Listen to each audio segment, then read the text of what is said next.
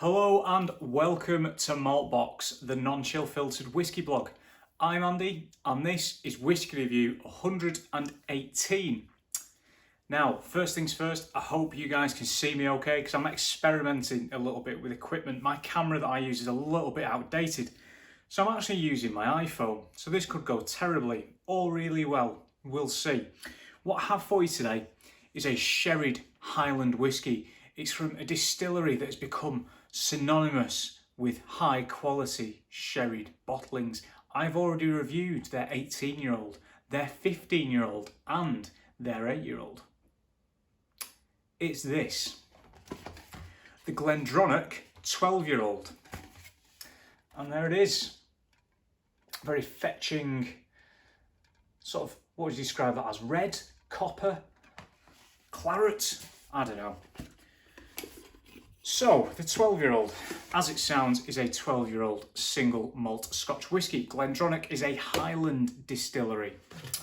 It is bottled at 46%. It is matured in a combination of Pedro Jimenez and Oloroso casks. So that means that this is basically a vatting, you could say, of whiskies from those two types of casks. After all, a single malt is not necessarily a single cask.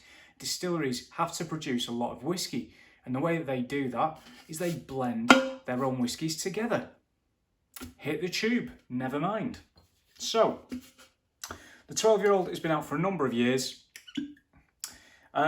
It's actually, I've had quite a few of these now, I'll be honest. This is probably my third bottling of the 12-year-old over the years. You'll all know that I'm a big fan of the 15, if you've watched my review back. And the 18 as well, the Allardyce, big fan. This one's a little different in the sense that I suppose you could now see this is the entry level. I can't quite remember if the Highland has been discontinued or not. You can still find it.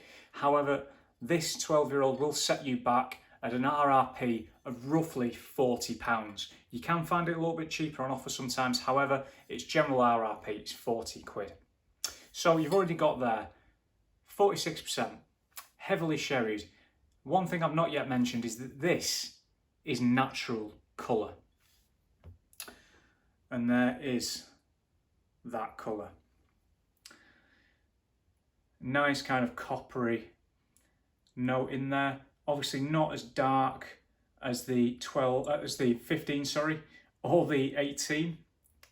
However, it's younger whiskey. This is a combination of PX and Oloroso. Now, for those of you that are new to whiskey, firstly, thank you very much for watching today.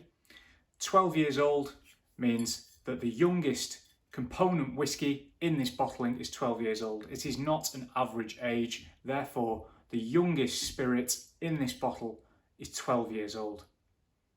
Right, now I think this particular batch, I think, was bottled in 2019, so you can see sometimes on bottlings they'll have a little kind of like bit of black lettering either on the bottom of the bottle, on the neck of the bottle, or on the underneath.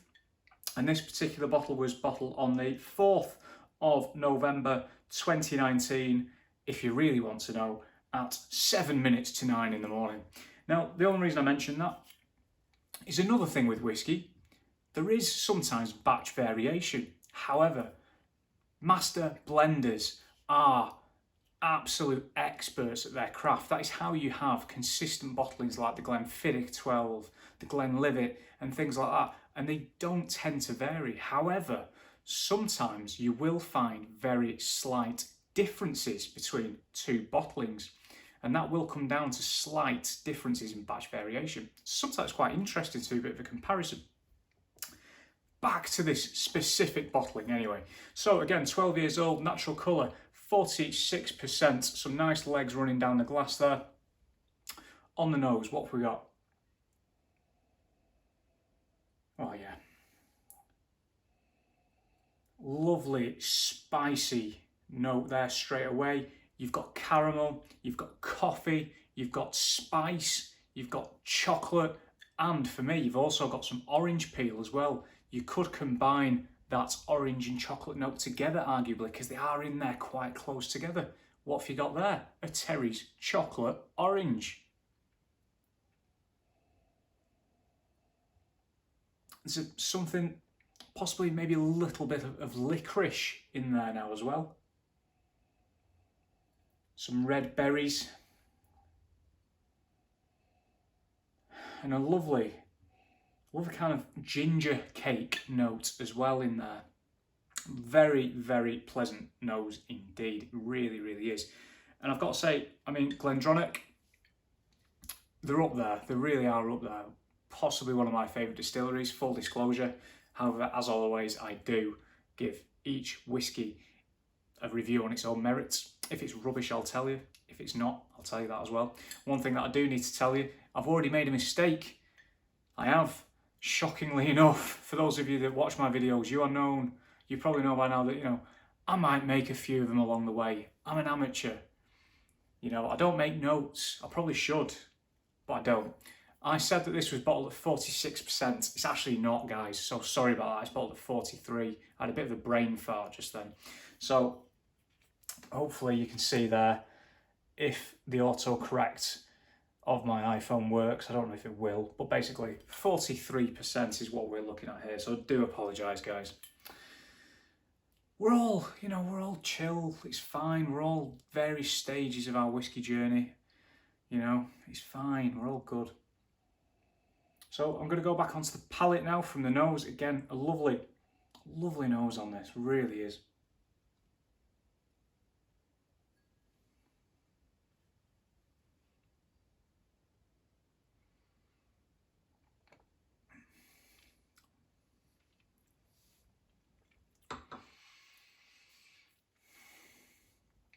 Wow. Okay. First of all, if you've watched my previous reviews, you know for me that one of the key parts of whiskey enjoyment is the texture. At the end of the day, it's not all about taste and smell and whatever else. Whiskey is a sensory experience across varying levels, and for me, texture plays a massive part of it. And this texture is phenomenal. It is basically honey. It is so unbelievably thick. It is fantastic, lovely and oily.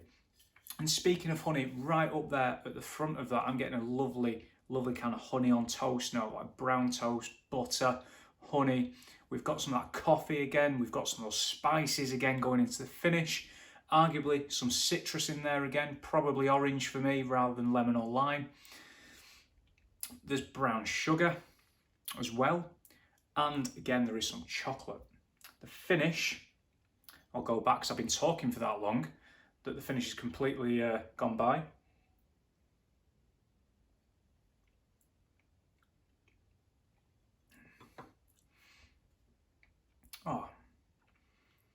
Oh wow, okay.